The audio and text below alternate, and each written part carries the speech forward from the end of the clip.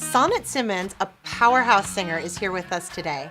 She was a top contestant on ABC's Rising Star. She's a singer-songwriter who is on the LA music scene, has had songs in the Overstock.com campaign and Coca-Cola, which hit the top 100 downloads list for Amazon. I'm so excited to have her here today. Please welcome Sonnet Simmons. Hi, Sonnet. Hi. How are you? I'm great. Thank you for having me. I'm so excited that you're here. Yeah, we get to play a little bit and discuss music. When did you first start singing? What age were you? Oh, well, I've been singing my whole life. There wasn't a time I remember not singing. I always knew I wanted to be a singer. So what did you do as a kid to kind of hone that craft in a little bit more, your passion? I guess I begged my mom and my grandma for voice lessons starting around 4th grade. And then I started taking lessons and just told when you're young and you're studying voice, you do classical. So I studied classical voice, and that's all I really knew was the only option. And starting at a really young age, I started studying classical, and then I did musicals sometimes. Musicals have never really been my thing. I want to ask you about vocal training. How important do you think that is?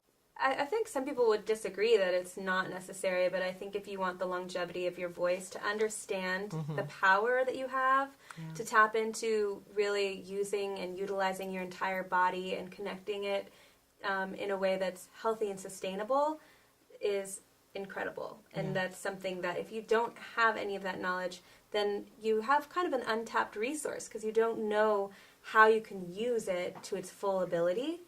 If you had one musical wish, what would it be? I'd like to know the guitar without having to practice and figure out how to play it more.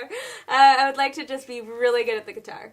I didn't even know you liked playing the guitar. I'm terrible at practicing it because I'm like, I might as well just go to the piano. I can play it so much faster and my fingers don't hurt. But I never get any better with that mindset. What direction would you like to see the music business go in? What do we do so that musicians can still make a really good living, finding your own avenue and whatever that is that's going to, work for you. A lot of people do podcasts and have great social media and have their music licensed to things, which is great. There's lots of different avenues. True. Because indie artists nowadays can have so much more control than they used to have because you can do everything by yourself. It's just a lot to do by yourself. You wear so many hats these days. And so really focusing in on how can I make money? What do I have to offer? What is a problem that I can solve with my music and making that and creating that and just staying really focused on that is my goal. And I think it's finding that for all musicians is a great way because the indie artist has that ability these days. What inspires you? I feel like honesty inspires me. I recently went to a show at Hotel Cafe, and I just felt like the lyrics were so honest. And it's not just music honesty. It's like meeting people and that connection of true honesty between you, and they're vulnerable. And probably there's a million other ways of putting it than just honesty, but you're confident, you feel like you're enough. It filtrates into so many things. And when you connect to other people that are feeling that way, that feels so real, and it inspires me, and it makes me want to describe it and write about it and feel it and stay in it. Okay, what stops you?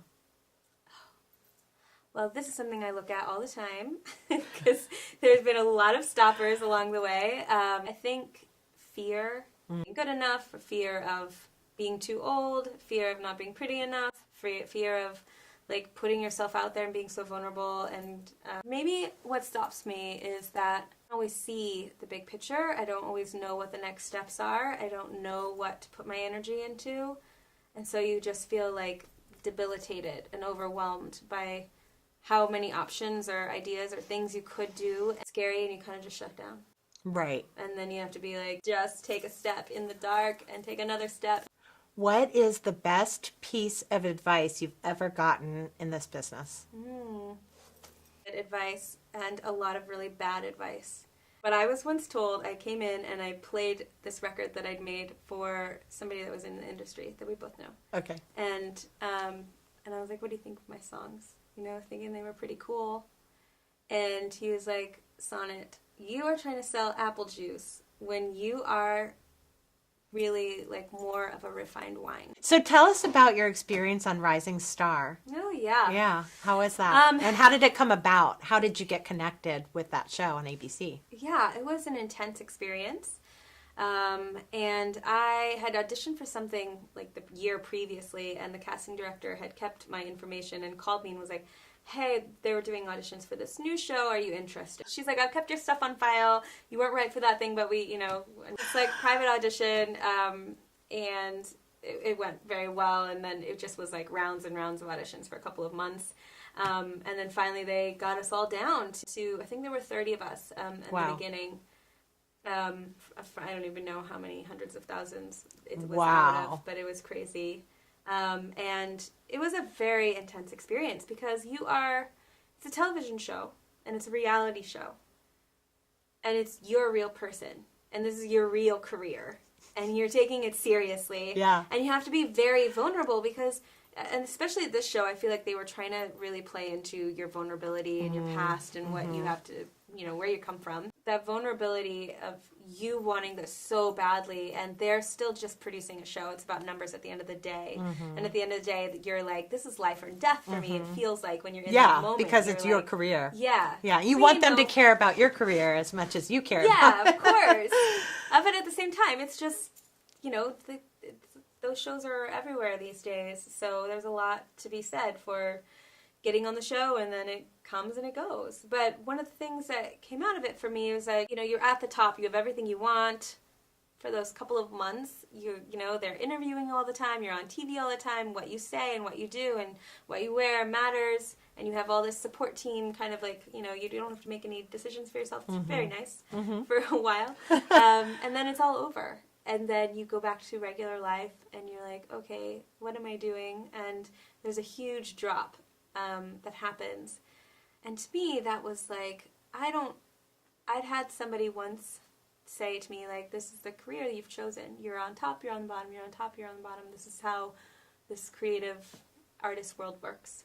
And I got to the bottom and I was like, F this. This sucks. Like, I've been on the bottom too many times. And it just sucks because you're on the top and you're just waiting to get back to the bottom again because you know it's going to happen. And I was like, I need to figure out another plan. I don't want this cycle as an artist. And that is really like my life sort of took. I met somebody, like my fiance. Like, I finally feel like I was open enough to meet somebody and be in a relationship. And I started writing with purpose for placement and for. I just looked at it in a very different way of like, I'm not this starry-eyed child of this has been my dream my whole life, but like, okay, you're not 5 years old anymore. Right. What does your new dream look like? Because it doesn't look like this anymore, and I want that. I love that. What is the new dream? What is the new dream for our industry? So that's what we're all working toward. Yeah. And I think that the more musicians that believe like you do and start to apply, really ask themselves in the mirror, what is my true essence and what do I really want to say on this album? Because there are so many voices and it can be overwhelming. So how did the Rising Star experience compare with Overstock.com, which you wrote the songs, you sang the songs, you were in the commercials, and then Coca-Cola as well. Yeah. So I mean, that was an incredible experience. I feel so fortunate to have had both of those placements. And Overstock, being in the commercials, singing my song, and having there be like multiple commercials for this campaign. It was running all the time.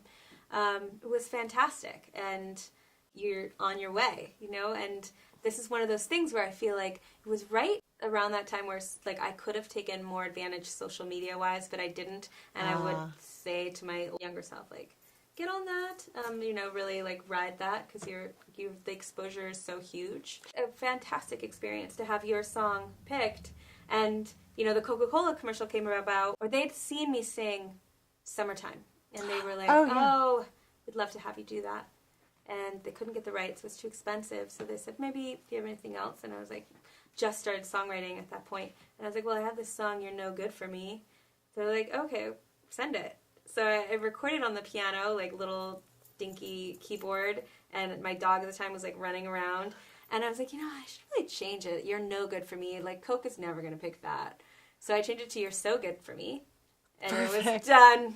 They were like, great, we love this song. There you The go. little dog chime in the background, let's keep it. Thank you so much for Thank you being for here on our having first me. episode. What a Yay! pleasure. This is awesome. I'm very glad to be a part of it. This was great. And I Yeah. wish we could talk for 2 more hours, but then we would have to keep everybody here, and they Yeah. don't want to stay, I probably. know. There's a huge crew here. Everybody should know.